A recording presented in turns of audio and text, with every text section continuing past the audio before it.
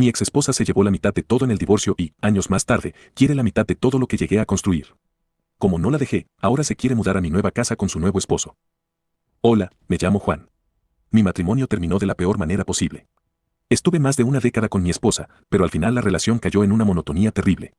Yo trabajaba demasiado para darnos una buena vida, pero ella empezó a distanciarse y descubrí que ya estaba saliendo con otro hombre a mis espaldas.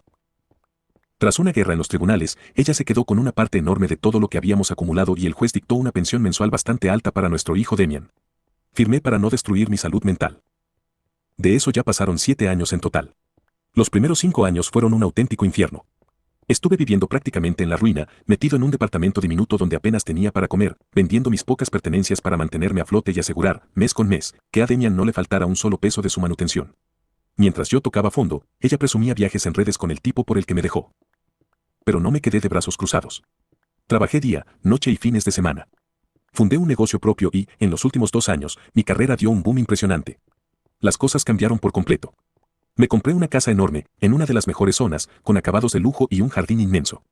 Compré un automóvil deportivo de gama alta que siempre quise y meses después, una camioneta ejecutiva para los traslados de mi empresa.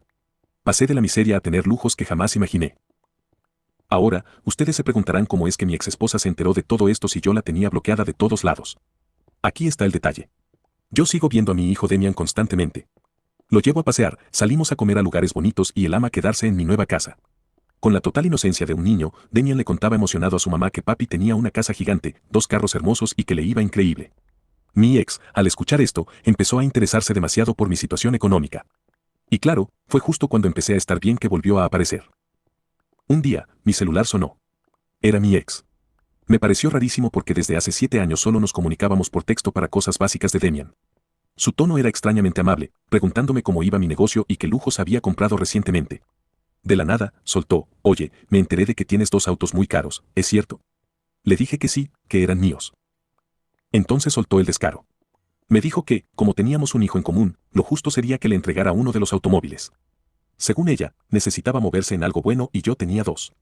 Me quedé helado. Le respondí que estaba loca.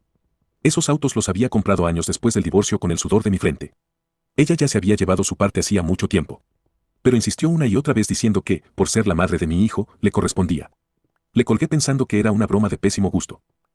Me equivoqué. Esa misma tarde escuché el timbre de mi casa. Cuando abrí la puerta, no lo podía creer. Era ella, parada en mi entrada, mirando con ojos de envidia mi fachada y mi cochera. Claramente había conseguido mi dirección a través de Demian. Cerré la puerta detrás de mí para no dejarla pasar y le pregunté qué hacía ahí. Con un desparpajo increíble me dijo que había venido a hablar como adultos.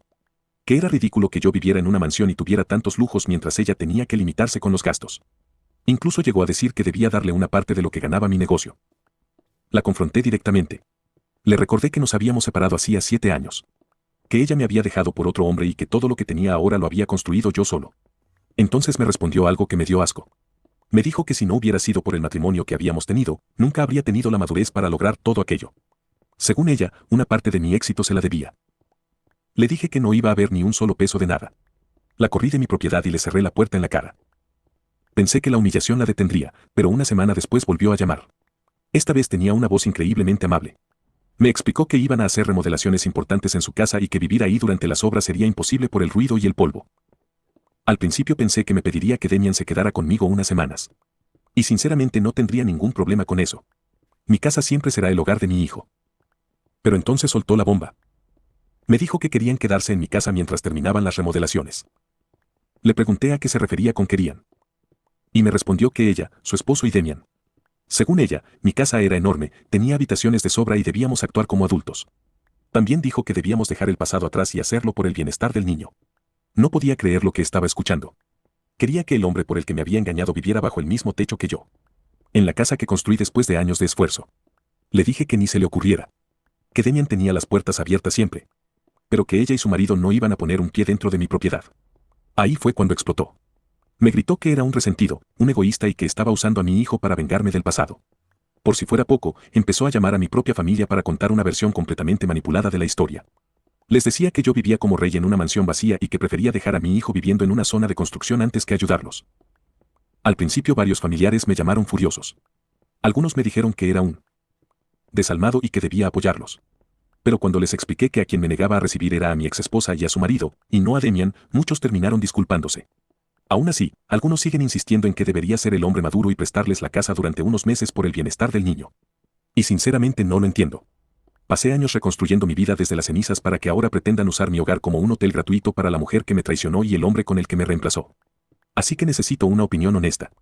¿Estoy mal por negarme a darles mis bienes y por rechazar que se muden a mi casa?